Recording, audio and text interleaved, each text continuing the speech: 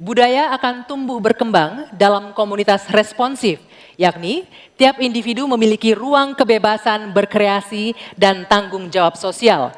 Undang-undang Pemajuan Kebudayaan telah terdistorsi oleh birokratisasi dan komersialisasi budaya. Pertanyaannya, apa pandangan dan sikap paslon terhadap komersialisasi budaya dan proses destruktif terhadap tumbuhnya kebudayaan yang responsif? Silakan dijawab Bapak Prabowo, waktunya 2 menit dimulai dari Anda berbicara. Terima kasih. Budaya adalah sangat penting. Budaya adalah karakter bangsa. Tanpa kita membanggakan, menghormati, melestarikan budaya kita sendiri, kita hilang jati diri kita sebagai bangsa. Semua bidang harus kita bantu, kita lindungi. Kami Prabowo Gibran merencanakan ada dana abadi budaya untuk memberi dorongan, dukungan untuk semua aktor-aktor, pelaku-pelaku budaya kita di semua bidang. Ini adalah mutlak bagi kita. Budaya kita sebagai contoh pencaksilat, bela diri, warisan nenek moyang kita. Saya sendiri sudah 37 tahun mengurusi pencaksilat. Belum lagi budaya-budaya lain seperti sendera tari, seperti wayang kulit, wayang orang, wayang golek, dan segala macam musik kita.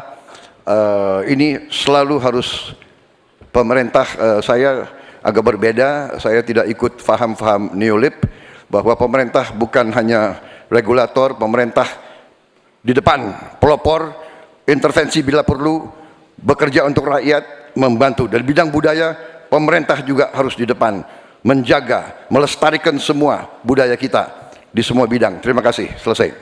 Masih ada waktunya? Masih ada waktu Pak Prabowo? Cukup? Baik. Cukup. Silakan, saya persilakan untuk Capres nomor urut 3, Pak Ganjar Pranowo menanggapi jawaban dari Pak Prabowo. Waktunya 1 menit, dimulai dari Anda berbicara, silakan. Kalau benturannya antara budaya dan birokrasi, maka sikap birokrat. Birokrat itu cukup fasilitasi saja, dan para pelaku seni budayawan dialah yang mengerjakan. Maka budaya akan tumbuh dan pemerintah akan bisa melihat bagaimana proses kreatif itu berjalan. Apakah itu nyanyi, apakah itu filmmakers, apakah itu para pencipta, penulis buku, semuanya. Sehingga terhadap mereka perlu dilindungi. Tapi berikan itu kepada mereka agar mereka bisa mengurus sendiri. Kalaulah mereka kemudian berekspresi, pemerintah nggak perlu takut.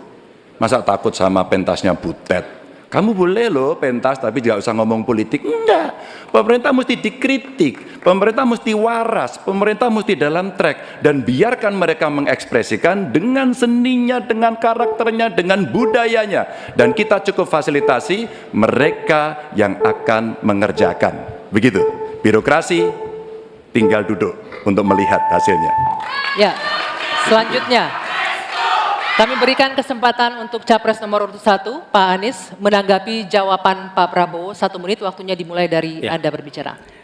Kekayaan Indonesia adalah justru pada kebudayaannya. Dan kebudayaan itu bukan satu sektor pembangunan, tapi justru seluruh kegiatan pembangunan ini tujuannya adalah membangun kebudayaan. Jadi tujuan dari seluruh sektor pembangunan membangun kebudayaan. Karena itu yang harus dikerjakan pemerintah adalah menciptakan ekosistem yang sehat sehingga para budayawan bisa memunculkan ekspresinya.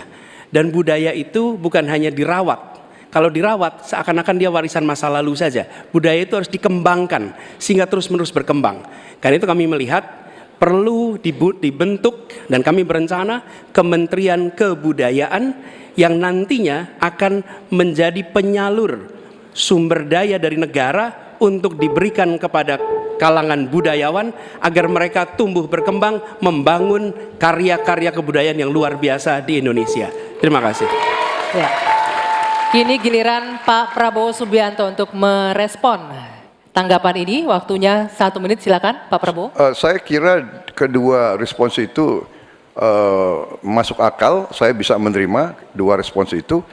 Memang banyak benernya, ya kita harus benar-benar memberi ruang untuk inisiatif, untuk inovasi, kreativitas. Tapi jelas pemerintah harus tidak ragu-ragu dan pemerintah harus berani untuk juga turun tangan, menjaga situs-situs, membantu museum-museum, membantu istana-istana sultan-sultan kita yang banyak sudah mau roboh. Ini harus kita bantu. Ini warisan budaya, warisan sejarah kita. Hal-hal seperti itu harus kita perhatikan. Tapi saya bisa menerima, saya juga setuju itu. Kalau saya jadi presiden, saya memikirkan Kementerian Kebudayaan. Ya. Kalau ide yang baik dari manapun saya bisa terima dan saya dukung. Terima kasih. Oke. Sekarang kami berikan kesempatan untuk memberikan aplaus bagi masing-masing capresnya. Dan kami masih akan melanjutkan mempertajam visi, misi, dan program kerja calon presiden usai jeda di segmen selanjutnya.